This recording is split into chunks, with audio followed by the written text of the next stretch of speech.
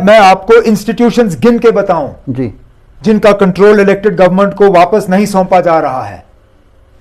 शेर Kashmir institute of medical sciences, chairman chief minister होना चाहिए, फाइलें हमारे पास नहीं आती।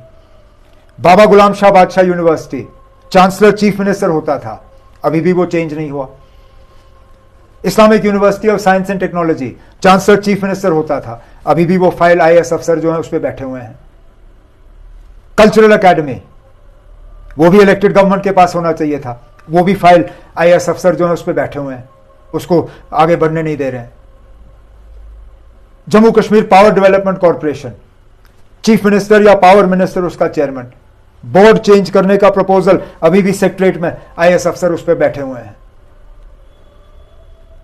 कई सारे इस तरह के इदारे जो इलेक्टेड गवर्नमेंट के पास होने चाहिए, हमें वापस नहीं दिए जा रहे हैं।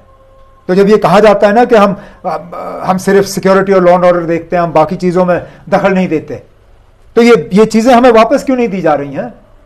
स्किम्स, आईयूएसटी, बाबा गुलाम शाह बादशाह university, power development corporation, cultural academy, यहां तक कि सिदरा का गोल्फ कोर्स, अब पता नहीं उसमें कोई चेंज आया या नहीं आया, कुछ महीनों तक सिदरा का गोल्फ कोर्स तक भी हमें वापस नहीं दिया जा रहा था। और ये हमारे सेक्रेटरीट में जो आईएएस अफसर हैं, ये उनकी बदौलत बैठ जाते हैं प्रपोजल्स पे। मतलब कि ब्यूरोक्रेसी और पॉलिटिकल इसमें ये यूटी होने का नतीजा है, ये इसका नतीजा है, ये उसका नतीजा है, क्योंकि आखिरकार मैं इनको ट्रांसफर कर नहीं सकता। जब मैं इनको ट्रांसफर कर नहीं सकता, ये इनको किसी चीज का खौफ नहीं। तो ये सवाल आपने बाज़ाब्ते तौर पे मरकजी सरकार के मैंने मरकजी सरकार को ये सारी बातें सुनाई हैं ना। उन्होंने क्या बताया? कोई जवाब नहीं। जवाब वो दे देते हैं, लेकिन उसके बाद अमली जामा उसको पहनाते नहीं।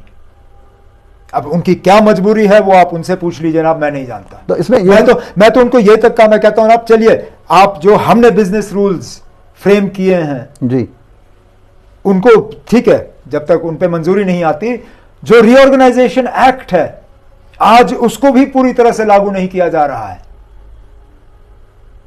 J&K reorganisation act without our business rules, जो ओरिजिनल फॉर्म उन्हीं के इंटरप्रिटेशन पे, उसको भी आज पूरी तरह से इंप्लीमेंट नहीं किया जा रहा है।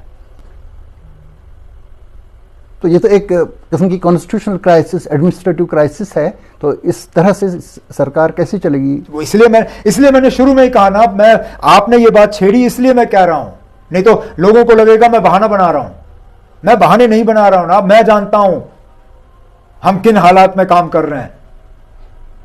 उसके बावजूद हमसे जितना हो सकता है हम कर रहे हैं, जितना हमने किया है।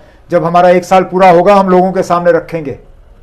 बहुत सारी चीजों पे, पैसों की कमी के बावजूद, अफसरों के साजिशों के बावजूद, ये अनइलेक्टेड इलेक्टेड गवर्नमेंट के ये मामलों के बावजूद, इसके बावजूद भी हम काम कर रहे हैं ना।